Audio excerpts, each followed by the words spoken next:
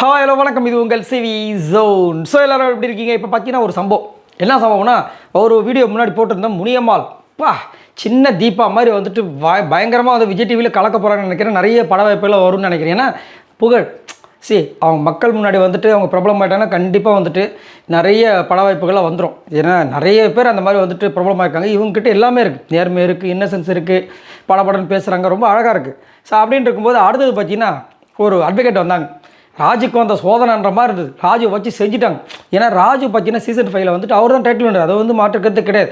ஆனால் சூப்பரான கேமை கொடுத்தாரு கேட்டிங்கன்னா சுமாரான ஒரு கேம் தான் கொடுத்தாரு. மற்றபடி அவர் பேசுகிற அந்த பேச்சுக்கு நான் வந்து ஒரு பெரிய ரசிகன். சென்ஸ் ஆஃப் ஹியூமர்லாம் சான்ஸே கிடையாது. அது குக் வித் கோமாளியில் அவர் பண்ண வேலைகள்லாம் சான்ஸே இல்லை. அவ்வளோ விஷயங்கள்.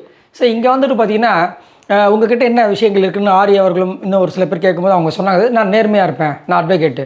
சரி, இங்கே நாங்கள் 3 பேர் உட்காந்துருக்கோம். இதில் ஜூரியாக இருக்கிறதுக்கு தகுதி இல்லாத ஆள் யார் அப்படி கேட்கும்போது டப்புன்னு ராஜாவை சொல்லிட்டாங்க.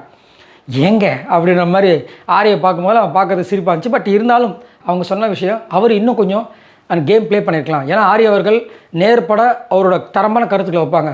ஓவியா அவங்கள மாதிரியே இருந்தாங்க. ஆனால் இவர் கொஞ்சம் சேஃப் கேம் விளாட்ற மாதிரி இருக்குதுன்னு சொல்லிட்டு அதை அங்கே காமிச்சது, அவங்க சொன்னது, அதை நம்மளுக்கு காமிச்சதெல்லாம் வந்துட்டு உண்மையிலேயே நம்மளோட மனசில் இருந்த விஷயத்தை அங்கே சொன்ன மாதிரி இருந்துச்சு. ஆனால் சூப்பரான ஒரு ஆளுன்றதை மாற்றுக்கிறதே கிடையாது நம்ம ராஜு அவர்கள். அது பேசி முடித்தோடனே அவங்களுக்கு ஒரு சில டாஸ்க்லாம் கொடுத்தாங்க. அதுக்கப்புறம் கடைசியில் பார்த்தீங்கன்னா செலக்டட் அவங்கன்னு பார்த்தா இல்லை ஹோல்டு அப்படின்ட்டாங்க.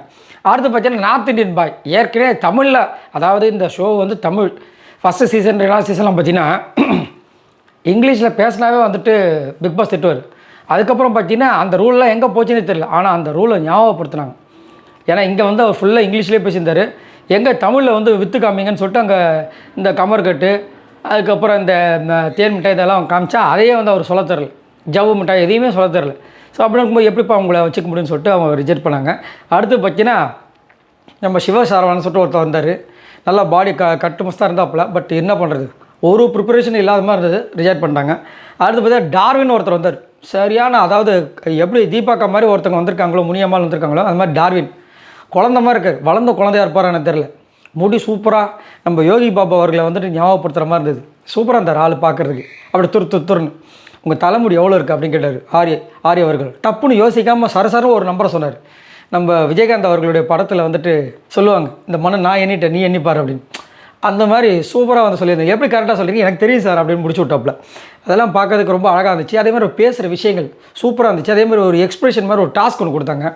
அதை அவ்வளோ அழகாக பண்ணி கடைசியில் வந்துட்டு செலக்டர்னு சொன்னோன்னே ஒரே ஜாலி. எனக்கு ரொம்ப பிடிச்சிருந்து. இந்த மாதிரி அதாவது காமன் மேன் அப்படின்னும்போது நிறைய டேலண்ட்ஸ் இருக்காங்க, எக்கச்சக்கமான டேலண்ட்ஸ். அதை பார்க்கும்போது அதாவது டேலண்ட்டை தாண்டி அவங்கள பார்த்தாவே, அவங்கள பேச்சை கேட்டாவே நம்மளுக்கு பிடிக்கும். அந்த மாதிரி வந்து எனக்கு இந்த முனியம்மாள் டார்வினை வந்துட்டு பிடிச்சது. ரொம்ப சூப்பராக இருந்தது, ரொம்ப சந்தோஷமாக இருந்துச்சு. அவங்களாம் செலக்டடு. அதுக்கப்புறம் டோனின்னு ஒருத்தர் இருந்தார். அவர் வந்துட்டு ரேப்லாம் பண்ணாங்க. பட் ஆனால் ஹோலில் வச்சிட்டாங்க. ஆனால் சூப்பராக ரேப் பண்ணார். அதேமாதிரி சுச்சுவேஷன் சொன்னோன்னே டப்புன்னு அடித்து தள்ளினாப்புல. அப்புறம் சாம்ஷன் சொல்லிட்டு ஒரு திருநங்கை வந்தாங்க. அவங்களுமே பேசுனது எனக்கு ரொம்ப பாசிட்டிவாக ரொம்ப நல்லா இருந்துச்சு. அவங்க எதுக்குமே அசர்ற மாதிரி இல்லை, ரொம்ப அழகாக இருந்தது. பட் ஆனால் ஹோலில் வச்சுருக்காங்க. அப்புறம் சம்யுக்தான் ஒருத்தவங்க வந்தாங்க, அவங்களையும் ஹோலில் தான் வச்சுருக்காங்க. ஸோ இது வரைக்கும் பார்த்தீங்கன்னா 4 பேரும் நம்ம செலக்ட் ஆகிருக்காங்க. மற்றவங்க எல்லோரும் ஹோல்டு, அப்புறம் மற்றவங்களாம் ரிஜெக்ட்ன்ற மாதிரி இருக்குது. பார்க்கலாம் எப்படி இருக்குன்னு. ஸோ இது வரைக்கும் தட்டீஸ்வரன் அவங்க ஒரு சரியான ஒரு கேரக்டர். அந்த கேரக்டரில் யூனிக்கான கேரக்டர். அதே மாதிரி பார்த்திங்கன்னா நம்ம முனியம்மாள், அதுக்கப்புறம் பார்த்திங்கன்னா நம்ம இந்த இவர் டார்வின், இவங்களாம் ஓகே. இந்த common man Bigg Boss show வந்துட்டு செம்ம மாதம் இருக்க போதுன்ற மாதிரி தான் இருக்குது. ஸோ உங்களோட கருத்தை சொல்லுங்கள். நீங்கள் யாரெல்லாம் பிக் பாஸ் 10க்காகவும் இந்த காமன் மேன் ஷோ பார்க்குறீங்கிறத மறக்காம கமெண்ட்ஸ் பண்ணுங்கள். பாய் நண்பர்களே.